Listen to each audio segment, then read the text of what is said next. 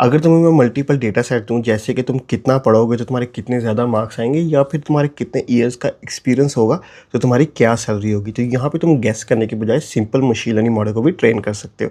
तो चलिए आज की वीडियो में समझते हैं लीनियर रिग्रेशन क्या होता है 1 मिनट के अंदर। तो सबसे पहले अगर मैं लीनियर रिग्रेशन की इंट्यूशन की बात करूँ तो ये बेसिकली हमारे पास बेस्ट फिट लाइन ड्रा कर रहा होता है पूरे डेटा सेट के अंदर। तो आज की वीडियो में हम सिर्फ सिंगल वेरिएबल का ही डिस्कस करेंगे। तो अगर मैं बात करूँ इसके फार्मूले की, तो फार्मूला होता है हमारे पास y is equal to m x plus p. अब अगर मैं m की बात करूँ तो बेसिकली ये हमें बता रहा होता है कि चेंज कितना आया उस पर्टिकुलर पॉइंट के अंदर। अब मैं जब चेंज की बात करता हूँ तो हम इसको हम इजीली कैलकुलेट कर सकते हैं, change in y divided by change in x। अब बेसिकली हमारे पास जो इंट्यूशन होती है इसको कैलकुलेट करने के लिए हम क्या कर रहे होते हैं, ये हमें बताता है कि हमारे पास जो x वैल्यू है वो अगर 1 वैल्यू बढ़ेगी, मतलब 1 पॉइंट बढ़ेगी, तो कितना चेंज आएगा उस प्रिडिक्शन के अंदर जो y के अंदर।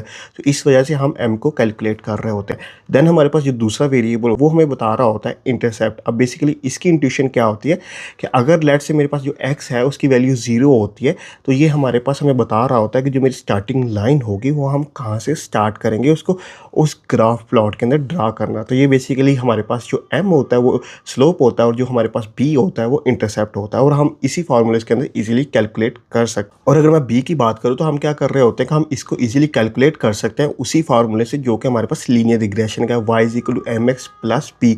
अब अगर मैं b की वैल्यू फाइंड करूँगा तो b is equal to y minus m x हो जाएगा, और यहाँ पे मेरे पास जो y होगा वो सारा मीन ऑफ प्रिडिक्शन वैल्यूज़ होगा, और x जो होगा वो मीन ऑफ सारी मेरी एक्चुअल वैल्यूज़ का होगा। तो इस तरह मैं सारी अपने लीनियर रिग्रेशन मॉडल को ट्रेन कर सकता हूँ और आप गेस करने के बजाय एक एक्चुअल वैल्यू मॉडल से प्रिडिक्ट करवा सकते हैं।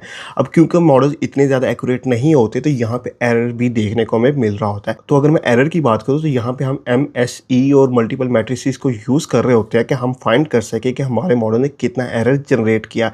तो होपफुली अब आपको आइडिया हो गया होगा कि लीनियर रिग्रेशन बेसिकली हमारे लिए क्या कर रहा होता है और इसका यूज़ केस क्या है और जो इसके वेरिएबल्स हैं उनकी इंट्यूशन क्या है। तो इसी तरह की मज़ीद इंफॉर्मेटिव वीडियोज़ के लिए आप मुझे फॉलो कर लो और अपने दोस्तों तक ये वीडियो लाजमी शेयर कर देना। तो मिलते हैं नेक्स्ट वीडियो में, तब तक के लिए बाय बाय।